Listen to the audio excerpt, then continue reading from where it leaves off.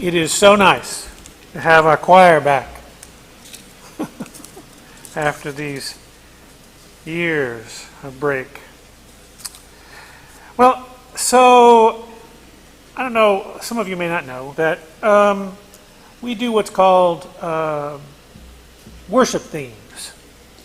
And each month we'll take a theme and focus on that theme while we put together the worship service and sermon and all that. And so this month, it's the sermon. The theme is widening the circle. So I thought about, okay, so as I thought about this, because we have this, the Unitarian Universalist wrote this book. The Unitarian Universalist Association put out this book called Widening, the Circle of Concern. And I thought, okay, well, before we even talk about what widening the circle is, shouldn't we think about what our circle is to begin with? If we're going to widen it, we have to know what it is first. And which circle are we really going to talk about? We could talk about the circle of concern that was written about the Unitarian Universalist Association. Who are we concerned about? Are we concerned about the people here in the sanctuary, in our congregation? And are we talking about the larger community? The people who are marginalized, feeling that they're less than in this white supremacist culture that we live in?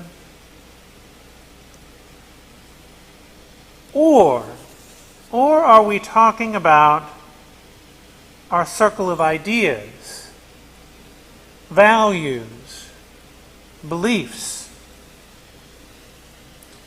Right now, many Unitarian Universalists are considering whether to change our principles. We have 7 principles that are sort of value statements.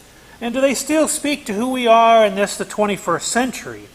The inherent worth and dignity of every person, justice, equity, and compassion in human relations. Do these still speak to us? And we're thinking about, as a Unitarian Universalist, about adding an 8th principle, which explicitly calls us to consider anti-racism and anti-oppression whenever we make decisions, or choose a direction, or use our resources. Or perhaps as we talk about widening the circle, we could be talking about widening it beyond our individual narrow view of the world.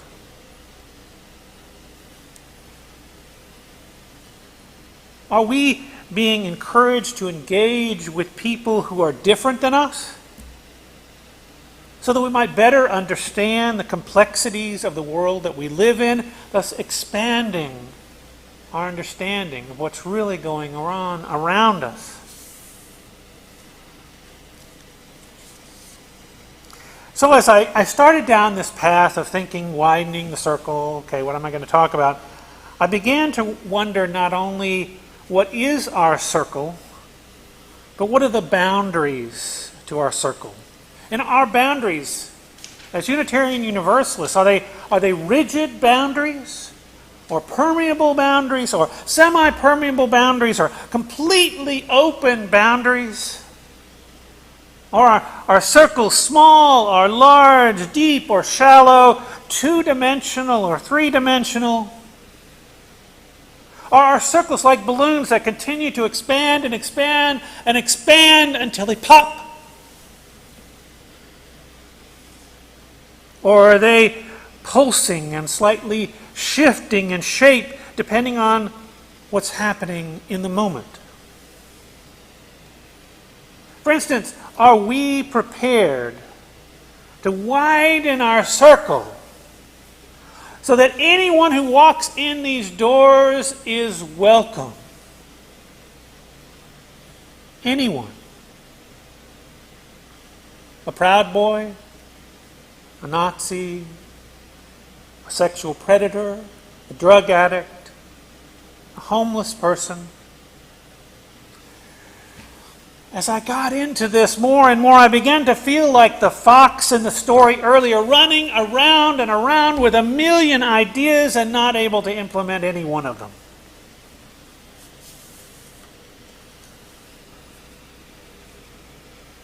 But I am not in complete sympathy with the crane either. Yes, one idea can be effective and may seem salvific, but one idea, much of the time, is really not enough for me. And one idea that saves me but does nothing for the person, the being that is with me, well, that doesn't sound very Unitarian Universalist either. For many Unitarian Universalists, one idea, one value, one belief has never been enough, especially if it's centered solely on me.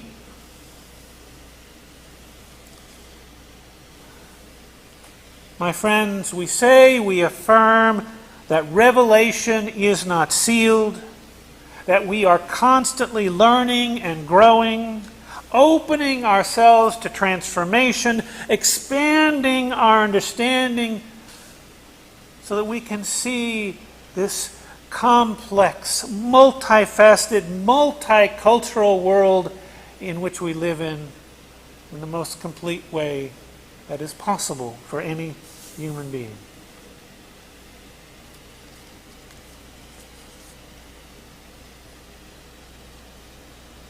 And so, with that in mind, I'll tell you that last week I attended a Unitarian Universalist Ministers Association meeting. It's called the 2022 Institute for Learning Ministry. I want to share something with you. I heard this in the bylaws of the Unitarian Universalist Association. It used to say learned ministry, like we somehow are more learned. It was changed just recently to learning ministry, that we are all in process. Even the people who stand up here and preach are in process. We are not a static, an end product, but an ongoing, growing, changing being. During this week, over 200 Unitarian Universalist ministers from around the country got together and we worshiped together. We went to workshops together. We attended theme speakers together. All around this topic of widening the circle. And everyone had a very different view of what that meant. I want to share with you just from the theme speech on the first day of the conference. Benjamin Valentine, professor of theology and Latinx studies at Boston College, got up. He introduced himself, and then he introduced his co-speaker, Anthony B. Penn, a Rice University professor working on the intersections of African American religion, constructive theology, and humanistic thought. So Valentine spoke first. He said, just recently, he's begun considering widening the circle from the perspective of place. He asked where exactly that, whatever it is, idea, value, or belief that we have was born. And he's not talking about the intellectual place, not books or classes or lectures, but when we have an idea or value or belief, how does the place we live or the places we have lived? How have they birthed that idea, that value, or that belief?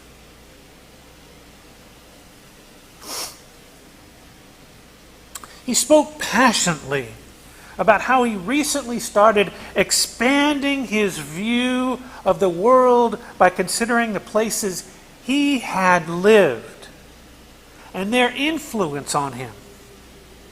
He said, I grew up in Spanish Harlem. And there's an image of it there. And I'm looking more deeply into the influence this place, the spaces, the buildings, the culture, the weather, the privileges, the hardships, the natural features, the sounds, the smells, the people had on me. His theological work is now centered on understanding the epistemic, that's what it is, the valid, the significant power of place. He asks us to consider widening the circle of who we are and understanding ourselves by looking within,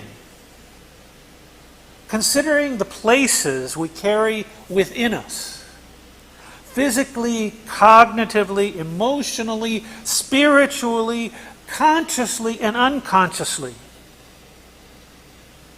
with the goal of understanding that the decisions that we make, the path we take in the world, the beliefs and values we choose are influenced in subtle and not so subtle ways by the places within us.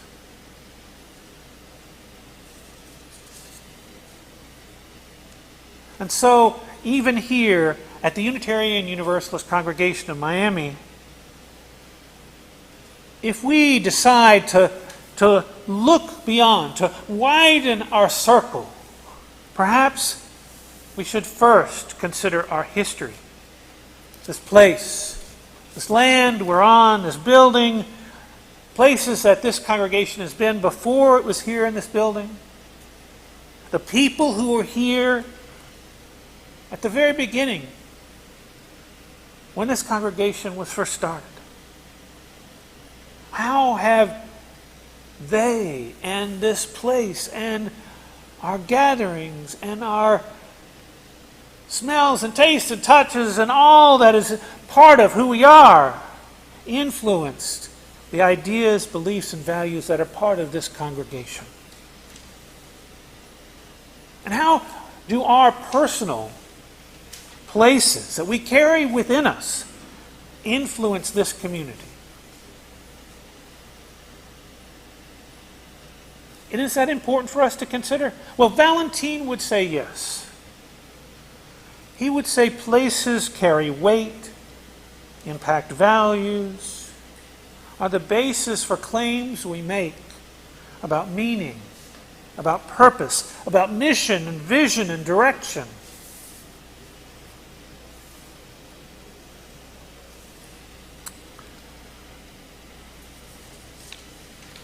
And then he introduced Anthony B. Penn. Now I have to tell you, when Anthony's face came up, we're watching this, Zoom, and I was still processing what I'd heard from Valentine, wondering how growing up in a middle-class, white, mostly Catholic, suburban neighborhood in Houston, Texas, I began thinking about the people, the types of houses, the ways we played as kids, the mosquito trucks that sprayed DDT as we raced behind them on our bicycles.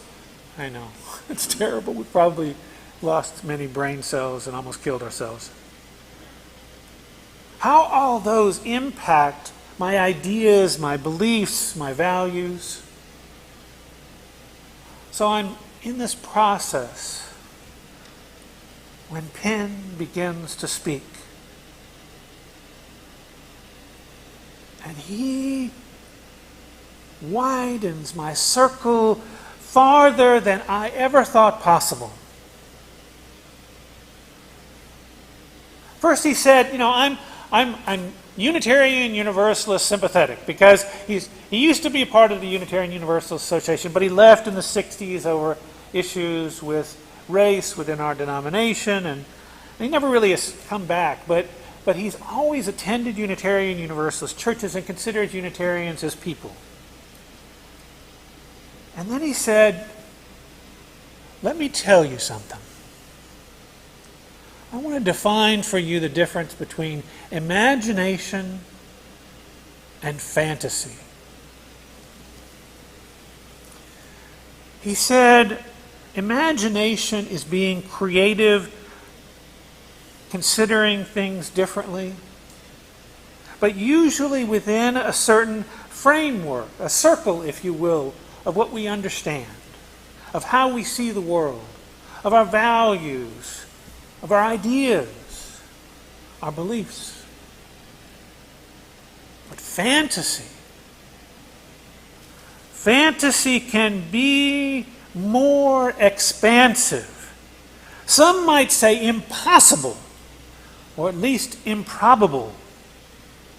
Ideas, values, beliefs with fewer boundaries or limitations, more possibilities. Fantasy challenges tradition, considers ideas, beliefs, and values with less certainty.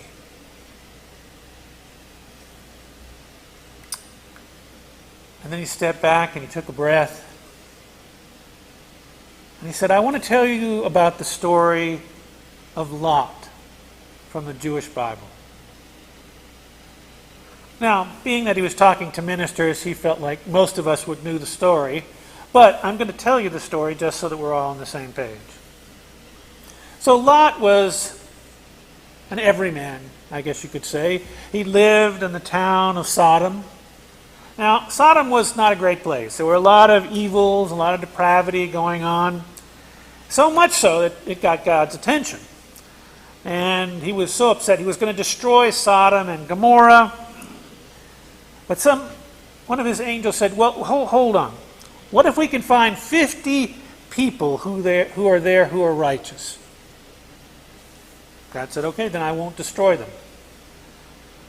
So the two angels, they came down to Sodom, and Lot was sitting there at the gate, and he saw them, and he went down on his knees, and he put his face in the dirt, and he said, behold now, my lords, turn aside, I pray you, into your servant's house, and tarry all night, and wash your feet, and you shall rise early and go away.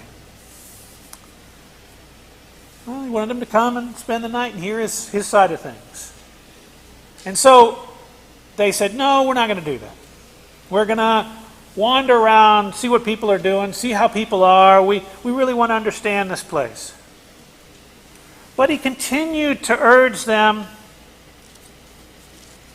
and they entered his house, and he made them a feast. He baked them bread, and they ate. And the angels told Lot of their plan to destroy Sodom and Gomorrah if they couldn't find 50 righteous people. And Lot was panicked. He was panicked, and he bargained with the angels to save his family. One of the often glossed over aspects of this bargaining was that he, and I know this is painful to hear, that he offered to sort of pimp out his virgin daughters to the angels if they would save his family. It's terrible. Well, in the end, the angels did decide to save Lot and his family. They sent them away from the city, and they said, whatever you do, don't turn around and look at what's going on.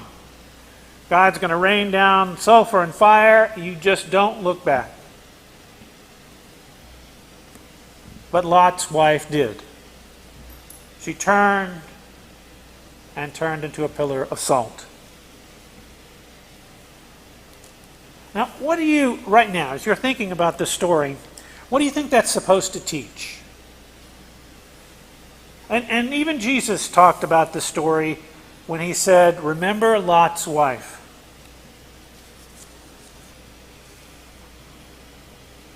What does that mean? Does that mean that she was somehow unworthy in God's eyes or in Jesus' eyes, or that people shouldn't disobey God? Penn said, instead of imagining, I want you to use fantasy to think about the story. To think about Lot's wife for a moment.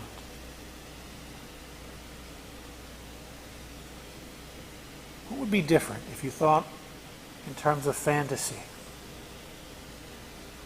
And Penn began to say things like, well, perhaps Lot's wife knows her future would be no better than her past with a man who would exploit and objectify his daughters, and that's why she turned.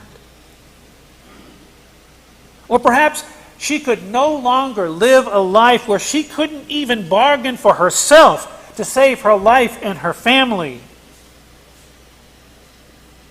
And so she turned. Or perhaps she was denying and defying the tradition and patriarchy and expressing for the first time self-empowerment.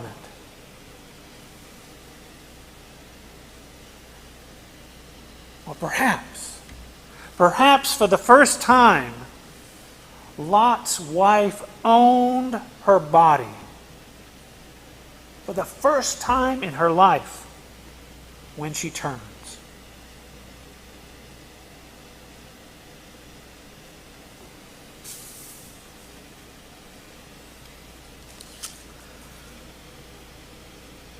Well, I was trying to take all this in. I began to think of all the ways that I limited myself in thinking about the world. Imagining the world and the possibilities of the world and my life. And then Penn said, I want you to start fantasizing about Unitarian Universalist worship.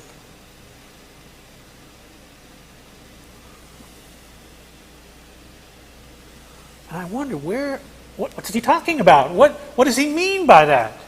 I mean, we do the same thing. Every Sunday we come in here on Sunday mornings and, we have hymns and we have prelude and postlude and a sermon. And my mind began to race again like the foxes. I wasn't sure where he was going, but I had 1,000 ideas of where we could go within the world as I knew it. My balloon was expanding and expanding. Felt on the edge of popping if we went too much further. And yet he did. He called on us as Unitarian Universalists not to worship as Protestant Christians. He urged us to fantasize that worship, gathering together, however we gather together, with all the potential of Unitarian Universalist ideas and beliefs and values. And what could that be? What could that be like? Perhaps it wouldn't be on a Sunday. Perhaps it wouldn't be in this room. Perhaps it wouldn't have a sermon or a hymn or an offering or a prelude or postlude. Perhaps. But then what would it be? And what would it be like when we gather together? He said, what would it be like if we worship based on the changing ideas, the changing hearts, the changing needs of the world? If it was based on the needs, the feelings, the spirituality of the people present?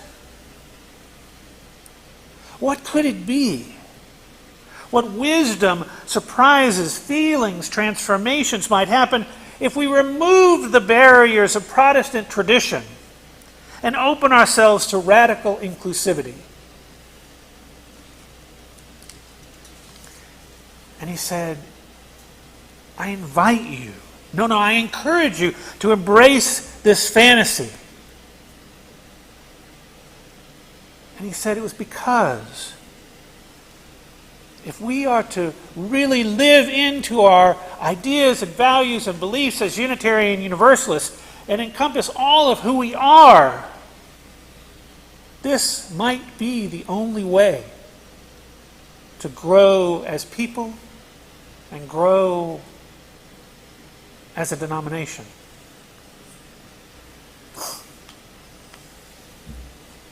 Widening the circle is not about either being the fox or the crane. It's about calling us to be open to possibility that we had never imagined in our lives, in our community, in our world, and to live into that possibility.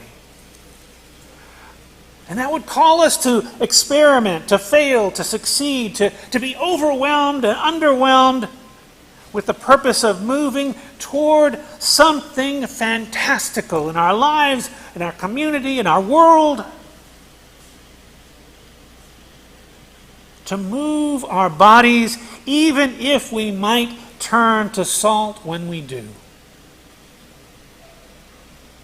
Yes, to reflect on our past, but trust the dawning future more. And what is our circle? Well, I think that's something we need to look within and between to decide. And then to make the decision to move beyond that. I close with this poem by Adrienne Marie Brown. She's a writer in residence at the Emergent Strategy Ideation Institute and co-host of How to Survive the End of the World. And she's an emergent strategy facilitator. I don't know how to define those, but she is. The poem goes, there is an edge beyond which we cannot grasp the scale of our universe. That border, that outer boundary is imagination, or Penn would say fantasy.